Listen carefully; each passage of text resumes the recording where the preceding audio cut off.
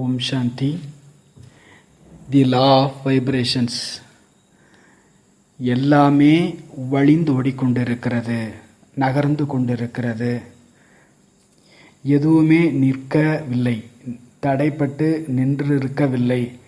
இந்த உலகம் வைப்ரேஷனினுடைய கடல், ஓசன் ஆஃப் வைப்ரேஷன் என்று கூறப்படுகிறது. Ocean of waves, ocean of vibes என்று கூறப்படுகிறது. அவ்யக்த முரளியில் நம்ம கேட்டிருக்கிறோம், நீங்கள் பேசக்கூடிய ஒரு வார்த்தையானது 100 வார்த்தைக்குண்டான அதிர்வலைகளை கொண்டிருக்க வேண்டும். அப்பொழுதுதான் தாக்கம் ஏற்படும். விஞ்ஞானம் மிகப்பெரிய ஆராய்ச்சி செய்திருக்கிறது. அதற்கான பெயர் லா ஆஃப் வைப்ரேஷன், அதிர்வலைகளினுடைய நியமம், சட்டம். அதை பற்றி யோகிகள், தபஸ்விகள் ஏற்கனவே அறிந்திருக்கிறார்கள். பெயர் இப்பொழுது கொடுக்கப்பட்டிருக்கிறது. இன்னொரு நியமம் இருக்கிறது, ஈர்ப்பு விதி, லா ஆஃப் அட்ராக்ஷன். இதை பற்றியும் நிறைய விவாதம் செய்யப்பட்டுள்ளது. வாஸ்தவத்தில் அதிர்வலைகளினுடைய சட்டத்தை புரியாதவரை ஈர்ப்பு விதியின் சட்டத்தை புரிந்து கொள்ள முடியாது. இன்றைக்கு நாம் சிந்திக்கப் போவது லா ஆஃப் வைப்ரேஷன் பற்றி, அதிர்வலைகளினுடைய சட்டம் பற்றி தெரிந்து கொள்ளப் போகின்றோம். இதற்கான சட்டம், நியமம் என்ன, விதி என்ன, பிராமண வாழ்க்கையில் இதனுடைய மகத்துவம் என்ன, பிராமண வாழ்க்கையில் எங்கெங்கே இதை பயன்படுத்தலாம், இதற்கான விதி என்ன, ஸ்டெப்ஸ் என்ன, அதற்கான டிப்ஸ், வழிமுறைகள் என்னென்ன, இந்த சட்டத்தை எப்படி பயன்படுத்துவது என்பதை பற்றியெல்லாம் நாம் இன்று விவாதம் செய்வோம், சிந்திப்போம். முதல்ல லா ஆஃப் வைப்ரேஷன் என்றால் என்ன? குவாண்டம் பிசிக்ஸ் கூறுகிறது, உலகம் வைப்ரேஷனால் ஆக்கப்பட்டிருக்கிறது. நமக்கு கண்ணுக்கு இந்த மைக்கு தெரியுது, இது ஒரு இடத்தில் ஸ்திரமாக இருக்கிறது. ஆனால் இதை எலக்ட்ரான் மைக்ரோஸ்கோப் மூலமாக பார்த்தீங்கன்னா atoms, molecules, electrons, photons, neutrons, கடைசியில் அது எல்லாமே ஒரு எனர்ஜி, ஆற்றல், அவ்வளவுதான். இங்கு எதுவுமே ஸ்திரமாக இல்லை, எல்லாமே அசைந்து கொண்டிருக்கின்றன, ஓடிக்கொண்டிருக்கின்றன. யூனிவர்ஸை ஓசன் ஆஃப் எனர்ஜி என்று கூறப்படுகிறது, ஆற்றலினுடைய கடல் என்று கூறப்படுகிறது, ஊர்ஜாவினுடைய சமுத்திரம் என்று கூறப்படுகிறது. இந்த டேபிள், இந்த மைக், இந்த ஸ்டாண்ட் எதுவுமே ஸ்திரமாக இல்லை. உள்ளுக்குள் எல்லாம் அசைந்து கொண்டிருக்கிறது, வைப்ரேட் ஆகி கொண்டிருக்கிறது. எலக்ட்ரான் மைக்ரோஸ்கோப் இல்லாத காலகட்டத்தில் மக்கள் இதை நம்பியிருக்கவே மாட்டார்கள். பாக்டீரியா அப்படி ஒரு பொருள் உண்டுன்னு நம்பியிருக்க மாட்டாங்க. ஆனால் எலக்ட்ரான் மைக்ரோஸ்கோப் கிடைத்த பிறகுதான் இதெல்லாம் தெரிய ஆரம்பித்தது. இந்த தோல் இருக்குது, 2007 ஒரு ஸ்டடி சொல்லுது 182 பாக்டீரியா இந்த ஸ்கின்ல இருக்கிறது. ஆனால் பார்க்கறதுக்கு ஒன்றுமே தெரியல. எது தென்படவில்லையோ அதற்கு அது இல்லை என்று பொருள் கிடையாது. அதே போலத்தான் பொருட்கள் ஸ்திரமாக தென்படுகிறது, ஆனால் உண்மையில் அப்படி ஸ்திரமாக இல்லை எந்த பொருளும். இந்த முழு உலகமும் அதிர்வலைகளாக இருக்கிறது. இந்த முழு உலகமும் ஆற்றலாக நிறைந்திருக்கிறது. நாலாபுரமும் எனர்ஜியே எனர்ஜி, ஊர்ஜாவே ஊர்ஜா. எல்லாம் வைப்ரேட் ஆகி கொண்டிருக்கிறது, ஓடிக்கொண்டிருக்கிறது. ஸ்டேஜ் ஆஃப் ஃப்ளக்ஸ், அசைந்து கொண்டிருக்கிறது. அதே போலவே நம்முடைய சிந்தனைகள், நம்முடைய எண்ணங்கள், உணர்வுகள், உணர்ச்சிகள், எமோஷன், இன்டென்ஸ், உள்நோக்கம் எல்லாமே அதிர்வாகி கொண்டிருக்கிறது, அதிர்வலைகளை பரப்பி கொண்டிருக்கிறது. என்னென்ன நான் அனுப்புகின்றேனோ அவை திரும்பி என்னை நோக்கி வரும். எந்த அதிர்வலைகளில் நான் அதிர்வெண்களில் அனுப்புகிறேனோ அந்த அதிர்வலைகள் அதே அதிர்வெண்ணில் திரும்பி வரும்.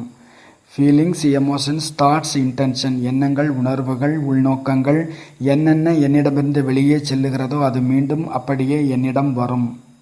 ஒரு ராஜ்யத்தில் ஒரு மர வியாபாரி இருந்தார், தனியாக இருந்தார், திருமணம் செய்து கொள்ளவில்லை, வயதாகிவிட்டது. அவர் ராஜாவினுடைய நண்பனாக இருந்தார். அவர் சந்தன மரங்களை விற்று கொண்டிருந்தார்.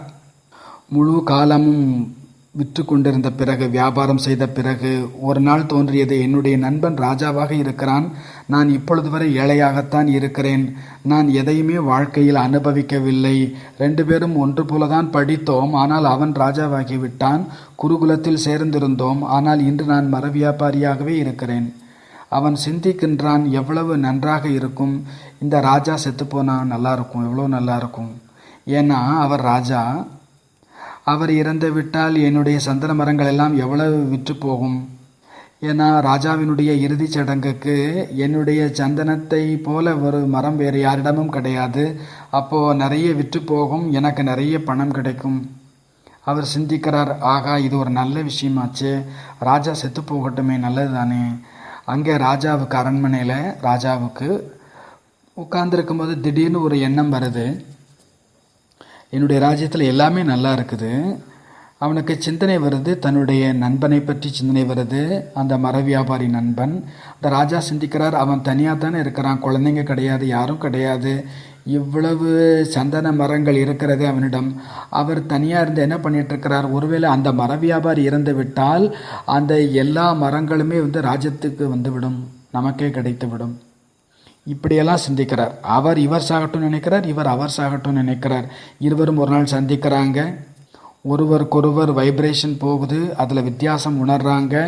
உள் உணர்வு, உள் நோக்கம் வேறுபட்டிருப்பதை பார்க்க முடிகிறது. ஒருவரை பற்றிய ஃபீலிங் இன்னொருத்தருக்கு வேறு விதமாக இருக்கிறது. ரெண்டு பேருமே அசௌகரியமாக உணர்றாங்க. ராஜா கேட்குறாரு, இன்னைக்கு ஏன் நமக்கு ஒரு மாதிரியான உள் உணர்வு இருக்கிறது? நம்ம பலமுறை சந்திச்சிருக்கிறோம், ஆனால் இப்படி நாம் ஃபீல் பண்ணதே இல்லை.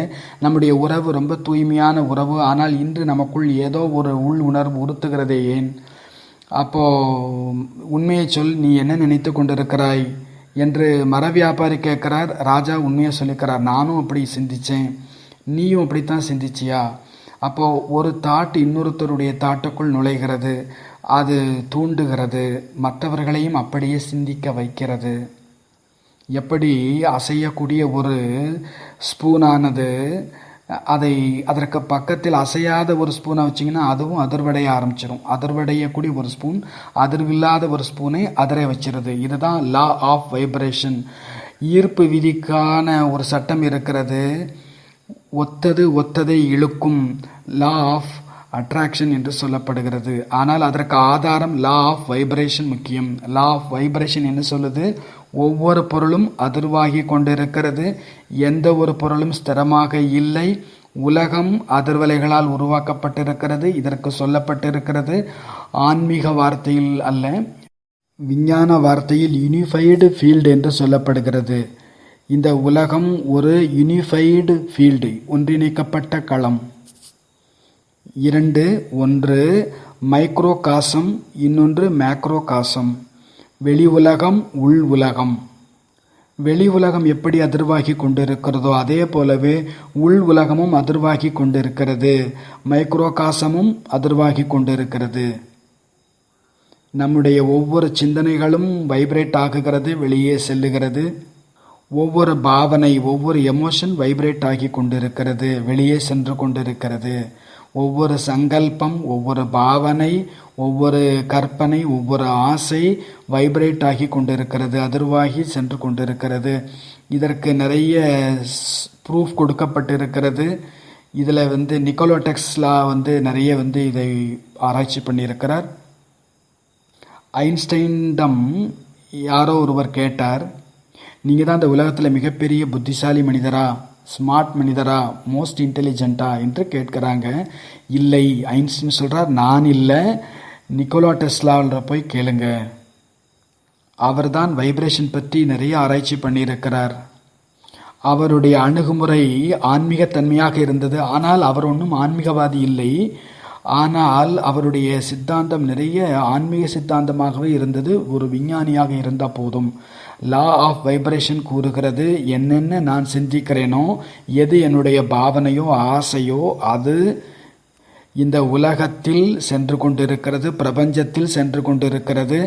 அதே போலவே திரும்பி என்னிடம் வருகிறது, சூழ்நிலையை உருவாக்கி கொண்டிருக்கிறது. நான் சிந்திக்கிறேன் நான் ஏழை என்று. இதே வைப்ரேஷன் உலகத்திற்கு செல்லுகிறது, பிரபஞ்சத்திற்கு செல்லுகிறது. சில ரியாக்ஷன் ஏற்படுகிறது, மறு பிரதிக்கிரியை ஏற்படுகிறது. பிறகு மீண்டும் சூழ்நிலைகளை உருவாக்குகிறது. மேலும் நான் ஏழையாகி கொண்டிருக்கிறேன். நான் சிந்திக்கிறேன் நான் ரொம்ப பெரிய பணக்காரன் என்று.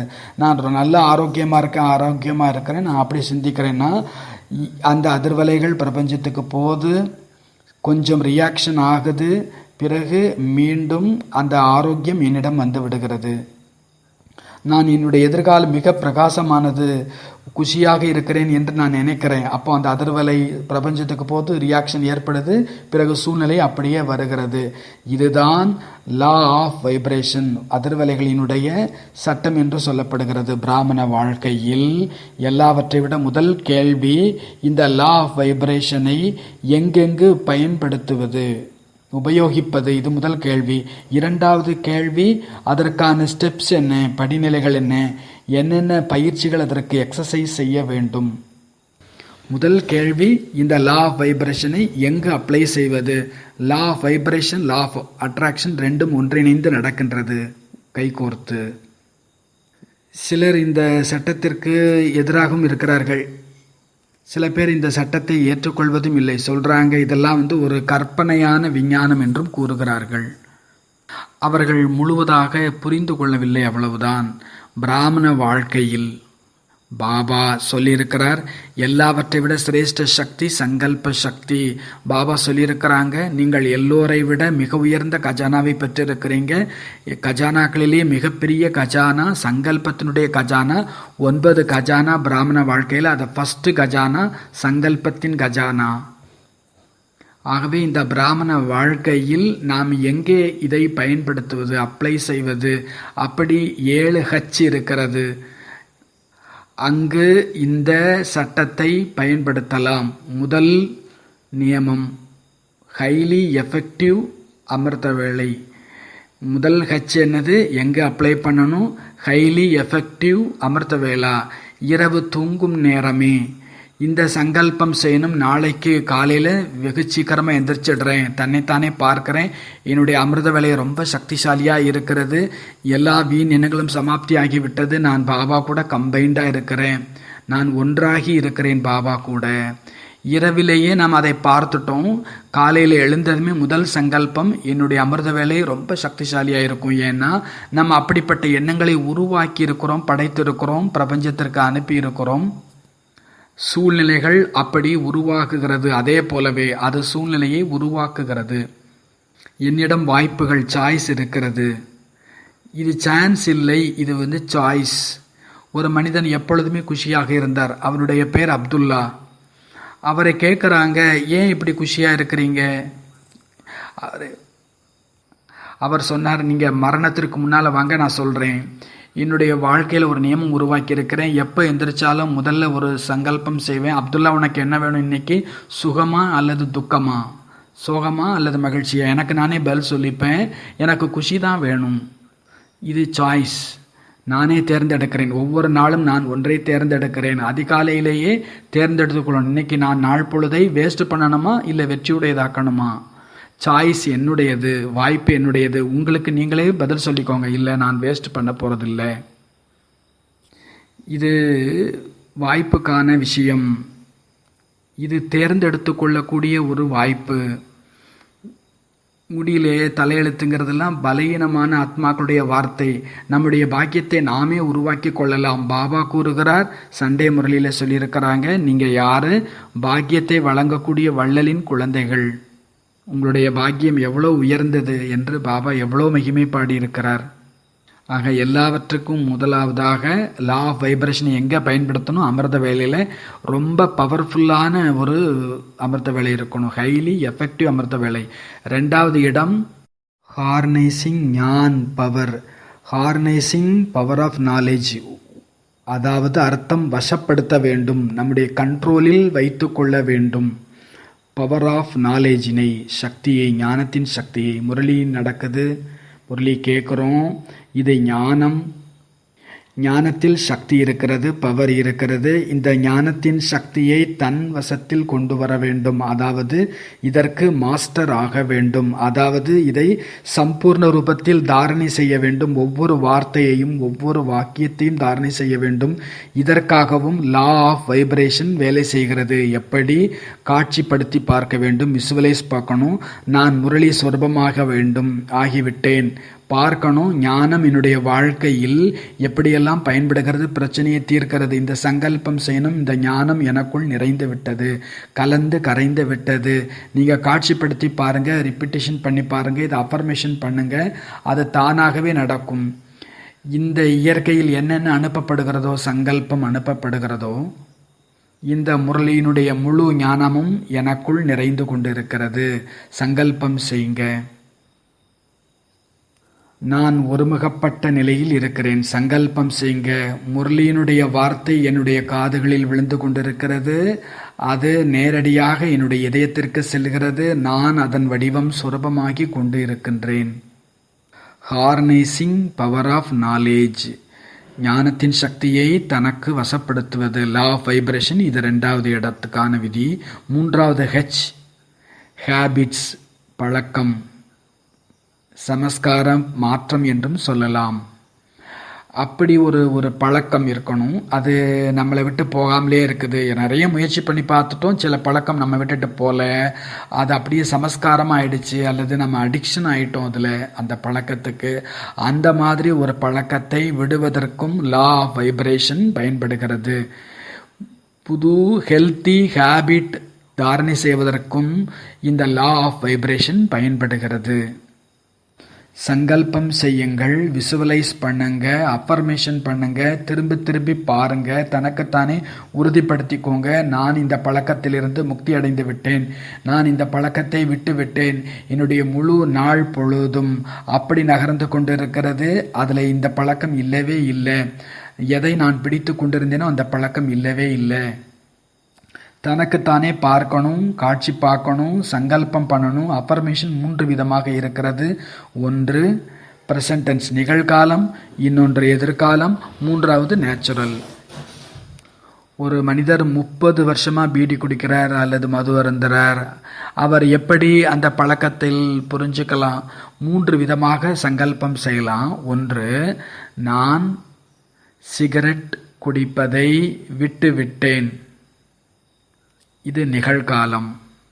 2வது எதிர்காலம், நான் சிகரெட் குடிப்பதை சீக்கிரம் விட்டு விடுவேன். 3வது நேச்சுரல், அது ரொம்ப ஈஸி.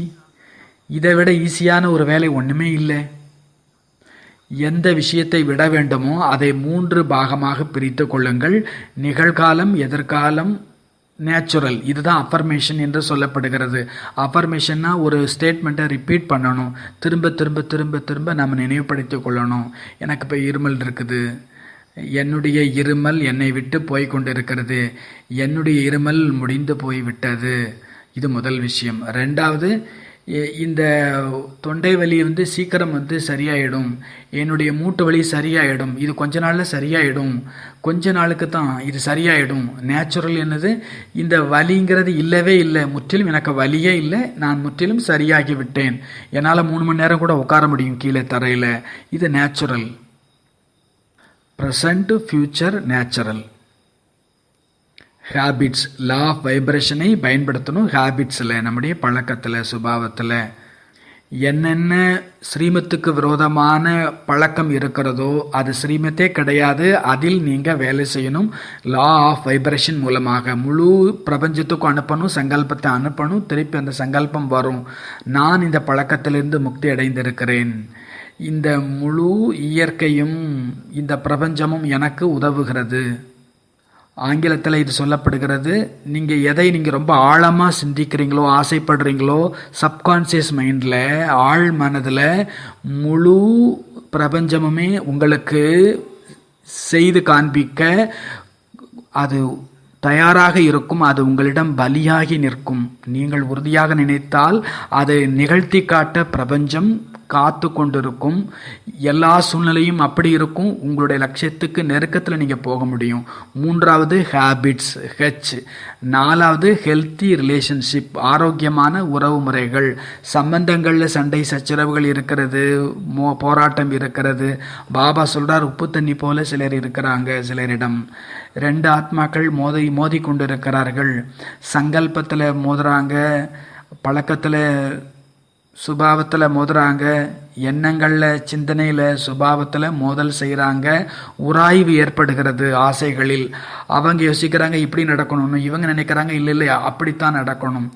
இருவரில் ஒரு மௌன யுத்தம், ஒரு கோல்டு வார் என்பது நடக்கின்றது. ஒரே வீட்டில் இருப்பாங்க, ஆனால் சண்டை நடந்துகிட்டே இருக்கும். வாயால் சண்டை போட மாட்டாங்க, மௌனத்தில் சண்டை போடுவாங்க. சங்கல்பத்தின் சண்டை நடந்து கொண்டிருக்கும். தி லா ஆஃப் வைப்ரேஷனுக்கான பிரயோகம் எங்கே பண்ணணும்? ஹெல்த்தி ரிலேஷன்ஷிப், ஆரோக்கியமான உறவு முறைகளுக்காக பயன்படுத்த வேண்டும். ஹார்மோனியஸ் ரிலேஷன்ஷிப், ஒற்றுமையான ஒருங்கிணைந்த உறவு முறைகள் ஏற்பட வேண்டும். எப்படி இதை பயிற்சி செய்வது? 2 மனிதர்கள், இருவருக்கும் ஒத்து போகலை. சங்கல்பத்தின் மூலமாக, வைப்ரேஷன் மூலமாக தன்னுடைய சங்கல்பத்தை அவங்களுடைய சங்கல்பத்தோடு இணைக்கணும். அவங்க ஒரு ஃப்ரீக்குவன்சியில் இருப்பாங்க, நாம் ஒரு ஃப்ரீக்குவன்சியில் இருப்போம். இருவருடைய அதிர்வெண்கள் வேறு வேறு இருக்கும். அதனால் அவங்க பக்கத்தில் வந்ததுமே சண்டை ஆரம்பிச்சிடும். வைப்ரேஷன் வேறு, ஃப்ரீக்குவன்சி அதிர்வெண்கள் வேறு, அதிர்வலைகள் வேறு. ஒருத்தர் 250 இருப்பார், ஒருத்தர் 500க்கு மேலே இருப்பாங்க. சங்கல்பம் செய்ய வேண்டும். நீங்கள் அன்பு சுரூபமான ஆத்மா, நீங்கள் சாந்த சுரூப ஆத்மா, அந்த ஆத்மாவுக்காக. பிறகு சங்கல்பம் பண்ணணும், எனக்கும் உங்களுக்கும் மத்தியிலான இந்த உறவு முறை ரொம்ப இனிமையானது, ரொம்ப ஸ்வீட்டானது, மதுரமானது. இரு மனிதர்களுக்கு மத்தியில் சண்டை வருதுன்னா ஒரே ஒரு காரணம், அகங்காரம், ஈகோ. ஆங்கிலத்தில் சொல்லப்பட்டிருக்கிறது, இன் த பேட்டில் ஆஃப் ஈகோ, அகங்காரத்தினுடைய யுத்தத்தில் வெற்றியாளர் என்பவர் யார் என்றால் விட்டு கொடுப்பவர், அதாவது தோல்வி அடைபவர். அகங்காரத்தின் யுத்தத்தில் வெற்றி அடைபவர் யார் என்றால் அவர்கள் தோல்வி அடைபவர்கள். அகங்காரத்தினுடைய யுத்தத்தில் வெற்றி அடைகிறவங்க தோல்வி அடைகிறாங்க. யார் அகங்கார யுத்தத்தில் தோல்வி அடைகிறாங்களோ அவங்க வெற்றி அடைகிறாங்க. நம்ம ப்ரூவ் பண்ணுறோம், நீ தப்பு, நீ தப்பு, நீ செஞ்சது தப்புன்னு யார்ட்டையாவது சொல்கிறோம். நான் செஞ்சேன் இல்லையா, நான் சொன்னேன்ல, நான் சிந்திச்சேன்ல, என்னுடைய திட்டம் இருந்துச்சு இல்லையா, அதுதான் சரி, உங்களுடைய பிளான் தப்பு அப்படின்னு யார்ட்டையாவது நம்ம நிரூபிக்க ட்ரை பண்ணுறோம். நம்ம ப்ரூவ் பண்ணியும் காமிச்சிட்டோம். ஆனால் உண்மையில் நமக்கு தோல்வி நிகழ்ந்து விட்டது. ஏன்னா அகங்காரத்தில் வெற்றி என்பது நிகழ்கிறது எனில் உறவுகளில் தோல்வியை ஏற்படுத்துகிறது. மனிதர்களை நாம் தொலைத்து விடுகிறோம். ஹெல்த்தி ரிலேஷன்ஷிப்பில், ஆரோக்கியமான உறவுமுறையில் சங்கல்பம் செய்யணும் 3 விதமாக: ப்ரெசன்ட், ஃபியூச்சர் மற்றும் நேச்சுரல். ஒவ்வொரு சங்கல்பத்தையும் 3 விதமாக பார்க்கணும், அதை ரிப்பீட் பண்ணிகிட்டே இருக்கணும். எப்படி அடிக்ஷனுக்காக சொன்னோமோ அதே போல் சம்பந்தத்துக்கும் நாம் இந்த வார்த்தைகளை பயன்படுத்தணும். ஹெல்த்தி ரிலேஷன்ஷிப் அப்பொழுது உருவாகிவிடும். அதற்கு அடுத்தது வரக்கூடியது ஹைட்டனிங் சர்வீஸ். ஹைட்டனிங் அப்படின்னு அர்த்தத்தும் அதிகப்படுத்தணும், ஆழப்படுத்தணும். சேவை நிகழ்ந்து கொண்டு இருக்கிறது, அதை அதிகப்படுத்த வேண்டும் என்னால் விதி என்ன? மனதின் சேவை. லா ஆஃப் வைப்ரேஷன் தான் மனசா சேவை. அதுதான் லா ஆஃப் அட்ராக்ஷன், ஈர்ப்பு விதி. சாயங்காலம் ஒரு ப்ரோக்ராம் இருக்கிறது, காலையில் இருக்குது. சென்டருக்கு நிறைய மக்கள் வரப்போகிறாங்க. முதல்லையே அவங்களுக்கு அதிர்வலை அனுப்பணும், அவங்களுக்கு சேவா பண்ணணும். இந்த தேவகுலத்து ஆத்மாக்களே வாருங்கள், யார் யார் என் முன்னால் வர்றாங்களோ அவங்க எல்லாருமே சத்தியுகத்தினுடைய சமஸ்காரத்தை கொண்டவர்கள். அது எமர்ஜ் ஆகுது. எந்தெந்த ஆத்மாக்கள் எந்த தர்மத்தை சேர்ந்தவங்களாக இருந்தாலும் சரி, அவங்க ஆத்மா தானே. அவங்களுடைய அப்பா ஒரே ஒரு பரம்பித்தா, இருக்கக்கூடிய வீடு ஒன்று தான். இப்போ வேற ஒரு தர்மத்துக்கு மாறி போயிருக்கிறாங்க. யோசிக்காதீங்க இப்படி ஒரு பொழுதும் அவங்க பிகே இல்லை அப்படின்னு நினைக்காதீங்க. நாம் யார் ஸ்டாம்ப் பண்ணுறதுக்கு நான் பிகே அவங்கெல்லாம் சொல்கிறதுக்கு? வாஸ்தவத்தில் இப்படி சொல்வது கூட ஒரு விதத்தில் தவறு தான். இது பிகே ப்ரோக்ராம், அது நான் பிகே ப்ரோக்ராம் சொல்வது கூட தவறு தான். இப்படி வேணால் சொல்லலாம், எதிர்கால பிகேஸ் அப்படின்னு கூட சொல்லலாம். எதிர்கால பிகேஸ் வர இருக்கிறாங்கன்னு சொல்லலாம். Would be Brahmins, to be Brahmins, இது கொஞ்சம் நல்ல வார்த்தை. நாம் யார் இப்படி சொல்வது? நான் பிகேன்னு நம்ம சொல்லக்கூடாது. நம்ம சொல்கிறதுக்கு அந்த உரிமையும் கிடையாது யாரை பார்த்தும். ஒரு மாதாஜி, அவங்களுடைய கணவர் 20 வருஷமாக விரோதமாக இருந்தார். நிறைய கஷ்டம் கொடுத்தார் அப்பவித்திரத்தாவுக்காக. ஆனால் 20 வருஷத்துக்கு பிறகு அவர் ஞானத்துக்கு வந்துட்டார், அந்த கணவர் வந்துட்டார். அப்படின்னு அர்த்தம் 20 வருஷமாக யார் எதிர்ப்பு செய்து கொண்டிருந்தாரோ அப்பொழுதும் அவர் தேவகுலத்து ஆத்மாவாகத்தான் இருந்தார். அப்படித்தானே? அவர் தேவகுல ஆத்மா, அதனால தான் வந்தார். ஆனால் ஒவ்வொருடைய ஆத்மாவினுடைய பார்ட்டும் ஓப்பன் ஆகிறதுக்கு ஒரு டைம் இருக்கிறது. த லா ஆஃப் வைப்ரேஷன் அப்படின்னா அர்த்தம் என்ன? நம்முடைய பேச்சுக்கு முன்னால் வைப்ரேஷன் ஆத்மா வரைக்கும் போய் சேர்ந்துருது. வார்த்தை ரொம்ப லேட்டாக தான் போய் சேருது. கோர்ஸ் ரொம்ப லேட்டாக தான் போய் சேருது. கோர்ஸ் பண்ணுறதுக்கு முன்னால் பாதி கோர்ஸ் சூட்சுமத்தில், பாதி கோர்ஸ் கீழே அமிர்த வேளையிலேயே அவங்க எல்லாருக்கும் கோர்ஸ் கொடுத்துடணும். நீங்கள் ஆத்மா, இது 3 உலகம், இவர் பரமாத்மா. அப்போ கீழே நம்ம ஜாஸ்தி பேச வேண்டிய அவசியமே இருக்காது. பாபா சொல்றார், ஒரு வார்த்தையில் 100 வார்த்தைகளுக்கு உண்டான வைப்ரேஷன் நிறைஞ்சிருந்தாதான் பாதிப்பு, தாக்கம் என்பது ஏற்படும். லா ஆஃப் வைப்ரேஷன் எங்க பயன்படுத்தணும்? சேவையில் பயன்படுத்த வேண்டும். அதற்கு பிறகு லா ஆஃப் வைப்ரேஷன் எங்க பயன்படுத்தணும்? Help in achieving aim. லட்சியம் என்னவாக நமக்கு இருக்கிறதோ அதுவரை போய் சேருவதற்கு லா ஆஃப் வைப்ரேஷனை பயன்படுத்த வேண்டும். நம்முடைய லட்சியம் என்பது ஃபரிஸ்தா ஆக வேண்டும். அப்போ தனக்குத்தானே பார்க்கணும், நான் சம்பூர்ண ஃபரிஸ்தா ஆகிவிட்டேன். அந்த ஃபரிஸ்தா எனக்குள் வருகிறார், என்னுள் நிறைந்து விடுகிறார். நான் ஃபரிஸ்தா ஆகணும் இல்லை, நான் ஃபரிஸ்தாவாக இருக்கிறேன். ஃபரிஸ்தாகிறதுக்கு விதி என்ன? நான் ஃபரிஸ்தாவாக இருக்கின்றேன். முதல்லையே சிந்திச்சுக்கணும், நான் அப்படித்தான் இருக்கிறேன். ஃபீல் பண்ணணும், ஆழமாக உணர வேண்டும், ஃபீல் செய்யணும், நான் அப்படித்தான் இருக்கின்றேன். அப்போ அப்படியே எல்லாமே நிகழும். எது லட்சியமோ அதை முதல்லையே ஃபீல் பண்ணிட்டு போகணும், ஃபீல் பண்ணிட்டு இருக்கணும். ஜார்ஜ் வாஷிங்டன் சிறு குழந்தையாக இருந்த பொழுது ரொம்ப ஏழையாக இருந்தார். பள்ளிக்கூடத்தில் வேலை செய்தார். அவருடைய வேலை என்ன? குழந்தைங்க பள்ளிக்கூடத்தில் படிக்கிறாங்க, ஆனால் இவர் வேலை செய்கிறார். இவருக்கு வேலை என்ன? 2 பீரியடுக்கு நடுவில் பெல் அடிக்கிறது தான் அவருடைய வேலை. பெல் அடிக்கும்போது அவர் என்ன நினச்சிப்பாராமா? டன் டன் அடிக்கும் பொழுது ஜார்ஜ் வாஷிங்டன், டன் டன் அடிக்கும்போது நான் ஜார்ஜ் வாஷிங்டன் ஒரு நாள் இந்த அமெரிக்காவினுடைய ஜனாதிபதியாக மாறுவேன். ஒவ்வொரு நாள் பெல் அடிக்கும் பொழுதும், ஒவ்வொரு நேரம் பெல் அடிக்கும் பொழுதும் நான் ஜனாதிபதி ஆவேன், அமெரிக்க ஜனாதிபதி ஆவேன். ஒரு கிராமத்தில் இருக்கக்கூடிய ஒரு குழந்தை, பாபாவுடைய பாஷையில் சொல்லுவார்லே, அரியா குழந்தை, ஒரு ஏழை சிறுவன். அப்படிப்பட்ட ஒரு ஏழையான சிறுவன், படிப்பு இல்லை, செல்வம் இல்லை, பைசாவுக்காக அவர் வேலைக்காரனாக இருந்தார். ஆனால் கனவு எப்படி இருந்தது? உயர்வாக. ஒரு நாள் அப்படி ஆகியும் விட்டார், ஜனாதிபதியாக அமெரிக்காவிற்கு. அப்போ லா ஆஃப் வைப்ரேஷனை எங்கே பயன்படுத்தணும்? தன்னுடைய லட்சியம் வரை போய் சேருவதற்கு. இப்போ எத்தனை ஆயிடுச்சு? 6 ஆகிடுச்சு.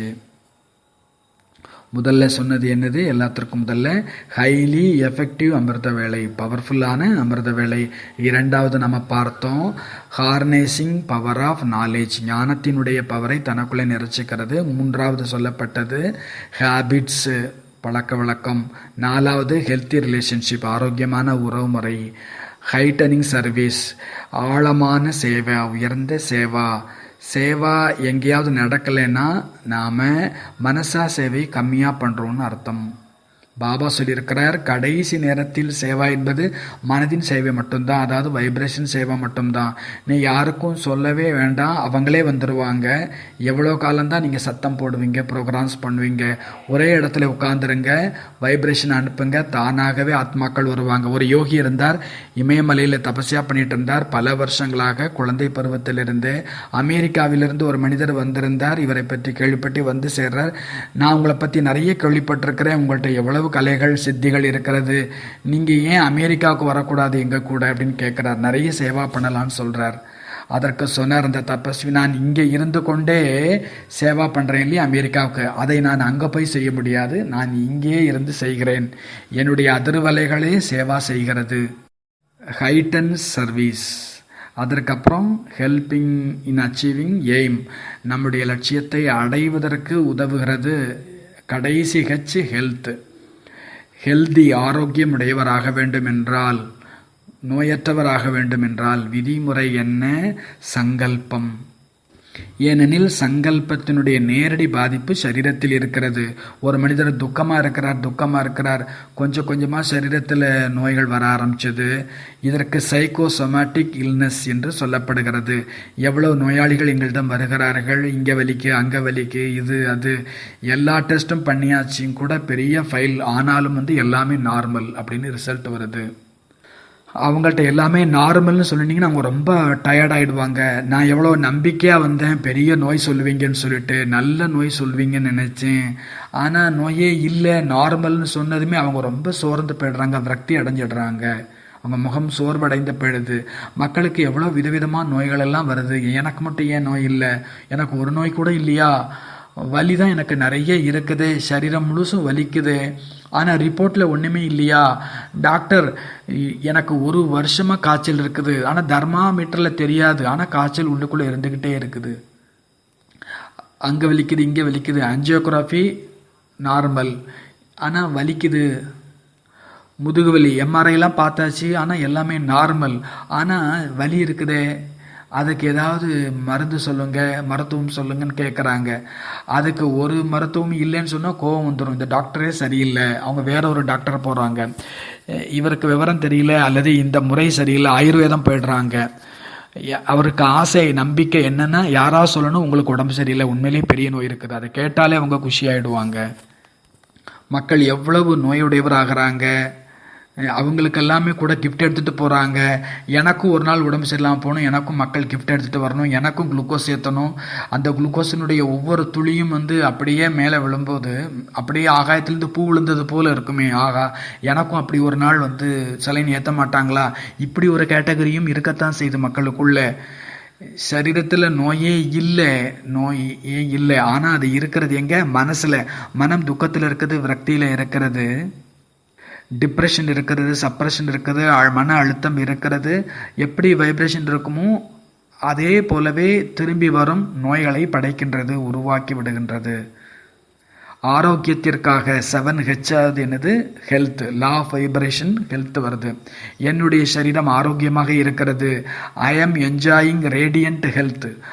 என்னுடைய அங்கம், ஒவ்வொரு அங்கமும், என்னிடம் இருக்கக்கூடிய ஒவ்வொரு அங்கமும் ஆரோக்கியமாகி கொண்டிருக்கிறது, ஹீலிங் எனர்ஜி எனக்குள் ஓடிக்கொண்டிருக்கிறது, என்னுடைய மைண்டு சுத்தமாக இருக்கிறது, தாதி சொல்லுவாங்க சாலிம், தூய்மையாக இருக்கிறது.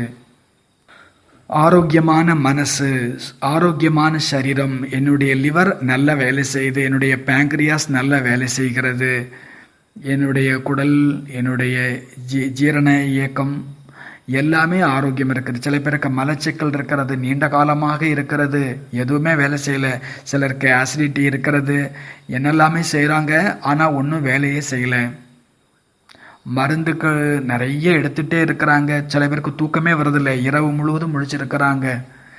அவங்க சுவரை பார்த்துட்டே இருக்கிறாங்க, திருஷ்டி கொடுத்துட்டே இருக்கிறாங்க, மோட்டு வளையத்தை பார்த்துட்டே இருக்கிறாங்க, அவங்க மாறி மாறி படுக்கிறாங்க. கரெக்டாக வருது, ஆனாலும் கூட தூக்கம் வர்றதில்லை.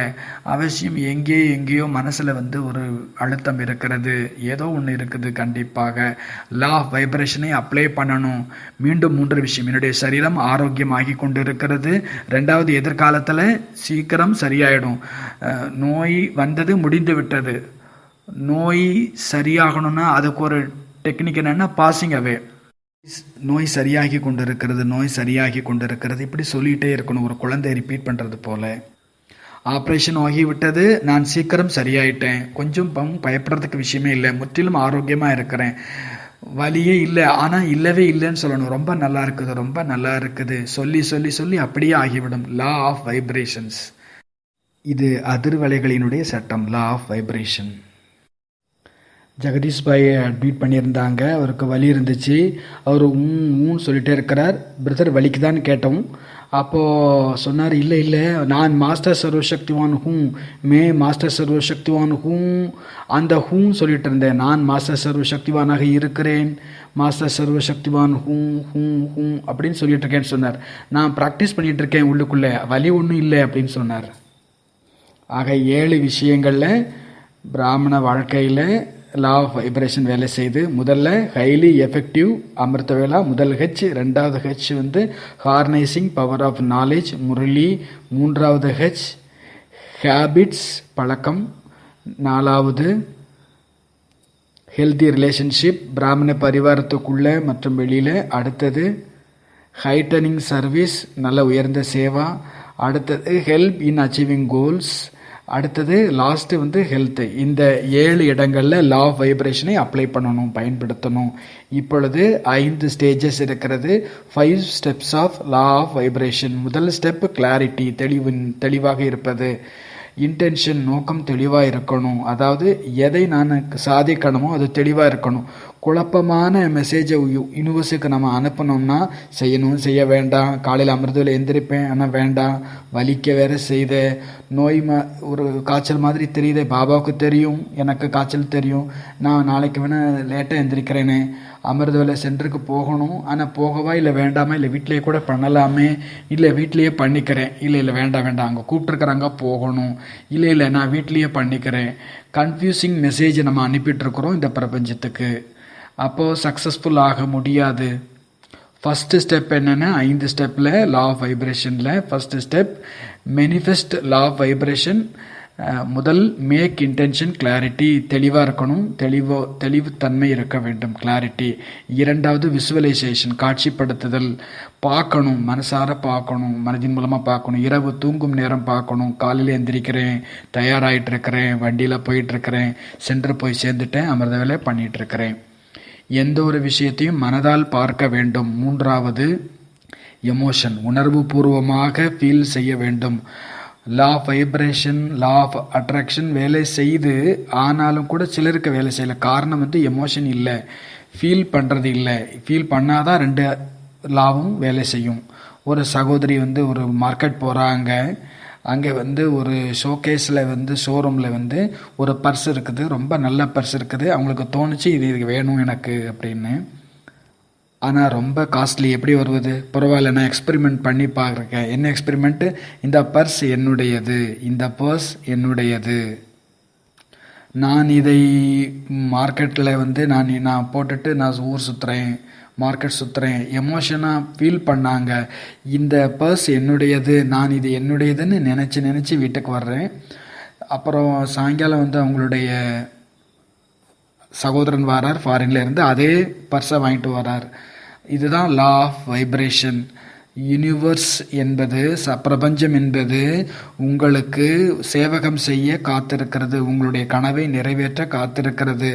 ஆனால் அந்த இன்டென்ஷன், நோக்கம் மிக பியூராக, சுத்தமாக, தெளிவாக இருக்க வேண்டும். விசுவலைஸ் பண்ணணும், பார்க்கணும். அப்படியே எப்பொழுதும் நான் ஒரு உதாரணம் சொல்வேன். என்னுடைய மெடிக்கல் காலேஜ் டீன் ஒருத்தர் இருந்தார். சச்சின் பாய் ஃபஸ்ட்டு இயர் வந்து என்ட்ரி ஆகிறார் காலேஜில், ஃபஸ்ட் இயர். அப்போ வந்து அந்த டீன் வந்து ரிட்டையர்ட் ஆகிறாங்க. அப்போ அவங்க ஒரு ஸ்பீச் கொடுத்தாங்க, அது ஃபேர்வெல் ஸ்பீச்சாக இருந்தது. அவர் சொன்னார், இந்த மெடிக்கல் காலேஜில் நான் 1960 நான் இங்கே வரும் பொழுது ஃபஸ்ட்டு எம்பிபிஎஸ் ஸ்டூடெண்ட்டாக இருந்தேன். ரேக்கிங் பண்ணுறதுக்கான பயம் இருந்துச்சு. நான் எப்போ உள்ளே நுழைஞ்சனோ அப்போ நான் இந்த சங்கல்பம் பண்ணேன், ஒரு நாள் இந்த மெடிக்கல் காலேஜுக்கு டீன் ஆகிடுவேன். எவ்வளோ உயர்ந்த லட்சியம்! ஃபஸ்ட்டு எம்பிபிஎஸ் மாணவர் சிந்திக்கிறார், சீனியர் சுற்றிட்டு இருக்கிறாங்க அங்கெங்கும், யாரோட்டையும் மாட்டிக்கக்கூடாது, ரேக்கிங் பண்ணிடக்கூடாது. அந்த பயத்துக்கு மத்தியில் அவர் என்ன சங்கல்பம் பண்ணுறார், ஒரு நாள் நான் டீன் ஆகணும். டீன் ஆகிறது எவ்வளோ பெரிய பயணம்! எம்பிபிஎஸ், பிஜி, பிறகு ஜாப், அப்போ ரெசிடென்சி, லெக்சரர், முதல்ல டியூட்டர், அப்புறம் லெக்சரர், அசிஸ்டன்ட் ப்ரொஃபஸர்லேயும் ரொம்ப காலமாக இருக்கணும், அட்மினிஸ்ட்ரேஷனில் எக்ஸ்பீரியன்ஸ் இருக்கணும். அப்போ தான் நம்ம டீன் ஆகவும் முடியும். ஒரு நாள் ஆகிட்டார். அப்போ ஃபஸ்ட்டு எம்பிபிஎஸ் ஸ்டூடெண்ட்டுக்கு எழுந்த சங்கல்பம், ஒரு நாள் இதே மெடிக்கல் காலேஜில் நான் டீன் ஆகிடுவேன்னு நினச்சார், ஆகிட்டார். இது லா ஆஃப் வைப்ரேஷன். அப்போ 3வது ஸ்டெப் என்னது, ஃபீல் செய்ய வேண்டும். ஆம், நான் ஆகியிருக்கிறேன், ஆகிவிட்டேன். ஒரு எம்ப்ளாயி இன்டர்வியூக்காக போயிருந்தாங்க. பாஸ் கேட்டார், உன்னுடைய கோல் என்ன? அவர் சொல்கிறார், உங்கள் சீட்டில் உட்கார வரைக்கும் நான் விடவே மாட்டேன், உங்கள் சீட்டில் உட்கார்றது தான் என்னுடைய எய்ம் அப்படின்னு சொல்கிறார். இவ்வளவு உயர்ந்த லட்சியம். 4வது ட்ரஸ்ட், ஃபெய்த், நம்பிக்கை, நிச்சய புத்தி, விஸ்வாசம். இதுதான் நியமம், இது நடக்கும். பைபிளில் சொல்லப்பட்டிருக்கிறது, if he faith in heart, if he order the mountain get landed in the sea, that shall be done. நீ மலையை பார்த்து, ஏ மலையே நீ அந்த கடலில் போய் விழு என்று நம்பிக்கையோடு கூறினால் கண்டிப்பாக அந்த மலை விழுந்துவிடும் கடலுக்குள். ஆனால் நம்பிக்கை பூரணமாக இருக்க வேண்டும். நம்ம அங்கே போயிட்டு அதெல்லாம் நடக்குமா, அதெல்லாம் சரிபெறுமா என்று நம்ம யோசிச்சிட்டோன்னா அது ஒன்றும் நடக்காது. சந்தேகம் வந்துடுச்சுன்னா அங்கே எதுவும் நடக்காது. எங்கே சந்தேகம் இருக்குமோ அங்கே எதுவும் நிகழாது. எங்கே எந்த சந்தேகமும் இல்லையோ நடந்தே தீரும் அப்படின்ற நம்பிக்கை இருக்குமோ. ஒரு கோவிலில் யாகம் வளர்த்தாங்க மழை பெய்யறதுக்காக. கிராமமே அந்த கோவிலுக்கு போச்சு. எல்லாரும் போனாங்க. ஒரு சிறுமியும் போனாங்க. கொடையை எடுத்துகிட்டு போனாங்க. அந்த சிறுமி எல்லாரும் கேட்டாங்க, எதுக்கு இப்போ கொடையை எடுத்துகிட்டு போகிற? அந்த சிறுமி சொன்னாங்க, நம்ம மழைக்காகத்தானே யாகம் பண்ண போகிறோம், அப்போ மழை வந்துடும் இல்லையா, அதுக்காகத்தான். இதுதான் அந்த நம்பிக்கை. வேறு யாருக்கும் அந்த எண்ணம் வரலை மழை வந்துரும்னு சொல்லிட்டு. ஆனால் அந்த சிறுமிக்கு நம்பிக்கை இருந்துச்சு. Faith moves mountain. நம்பிக்கை மலையை நகர்த்திவிடும். 4வது ஸ்டெப் லா ஆஃப் வைப்ரேஷனில் அது என்னது? ஃபெய்த், நம்பிக்கை. ஃபெய்த், ட்ரஸ்ட், ரொம்ப அதிகமான நம்பிக்கை. கடைசியில் டிட்டாச்மெண்ட், விடுபட்ட நிலை. மக்கள் ஒரு ஆசை ஏற்படுத்துகிறாங்க, அதில் அப்படியே மாட்டிக்கிறாங்க. அப்படி இல்லை, விடுபடணும். லா ஆஃப் வைப்ரேஷனில் எது வேலை செய்து? நீங்கள் விடுபடணும். நீங்கள் ஒரு மரம் வளர்க்கறதுக்கு தண்ணி ஊற்றணும், உரம் போடணும், ஆனால் கொஞ்சம் வெயிட் பண்ணணும். அப்போ தானாகவே அந்த விதை மரமாகும். லா ஆஃப் வைப்ரேஷன் அப்போ தான் வேலை செய்யும். நம்ம முரளி நம்ம கேட்குறோம், முழு முரளியுமே எனக்கு நினைவில் வரணும் நினைவில் வரணும் நீங்கள் நினைக்கிறீங்க. ஆனால் அது நடக்கிறதில்ல. நடக்கலைன்னு உடனே உங்களுக்கு உடனே டென்ஷன் ஆகிடுது.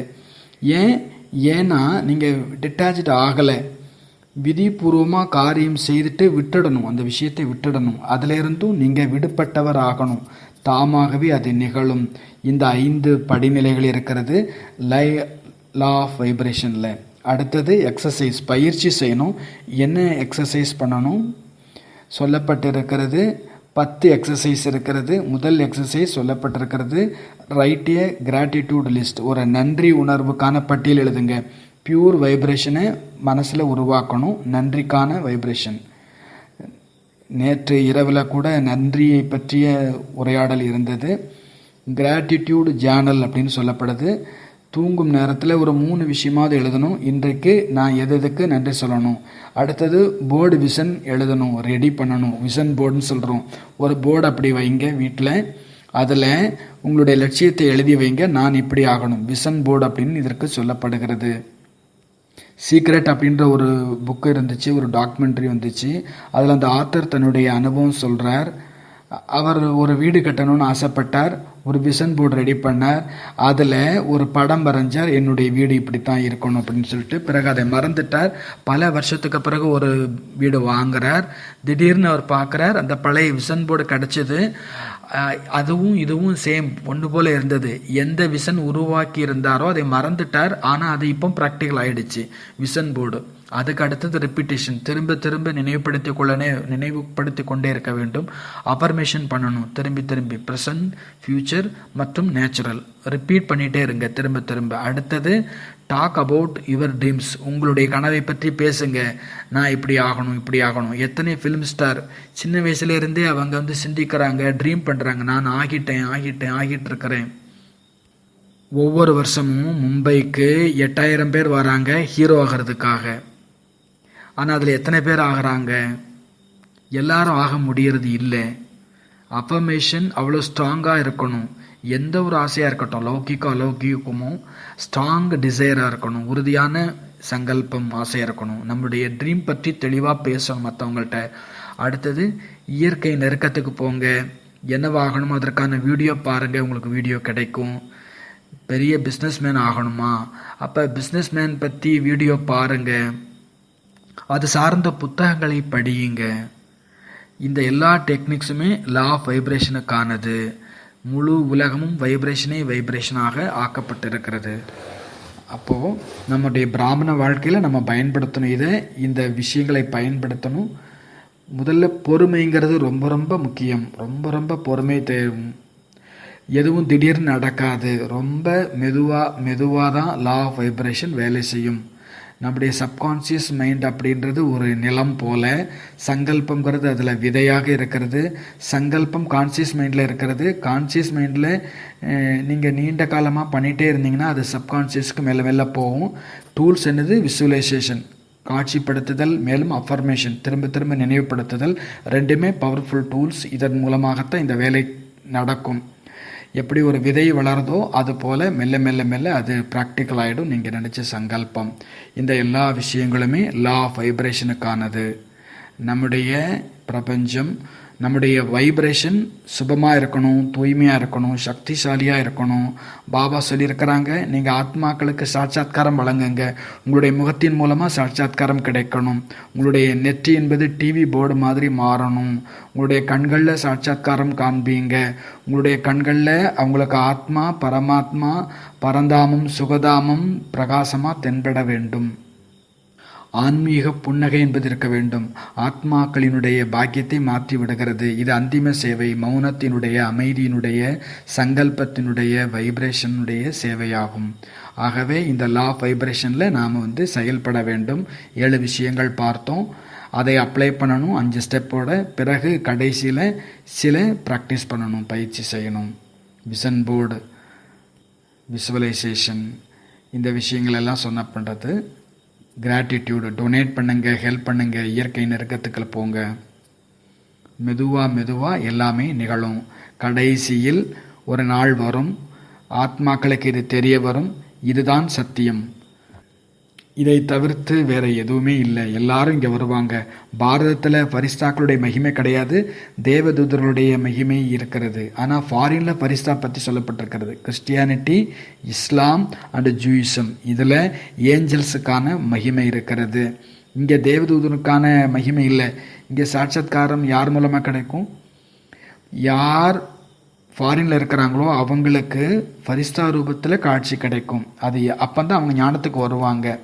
ஏன்னா லிட்ரேச்சரில் அவங்களுக்கு ஏஞ்சல்ஸுக்கான மகிமை இருக்குது, பைகம்பருக்கான மகிமை இருக்கிறது. அந்த ரூபத்தில் தான் இறைவன் குதா அவர்களுக்கு அனுபவத்தை ஏற்படுத்துவார், காட்சி ஏற்படுத்துவார்.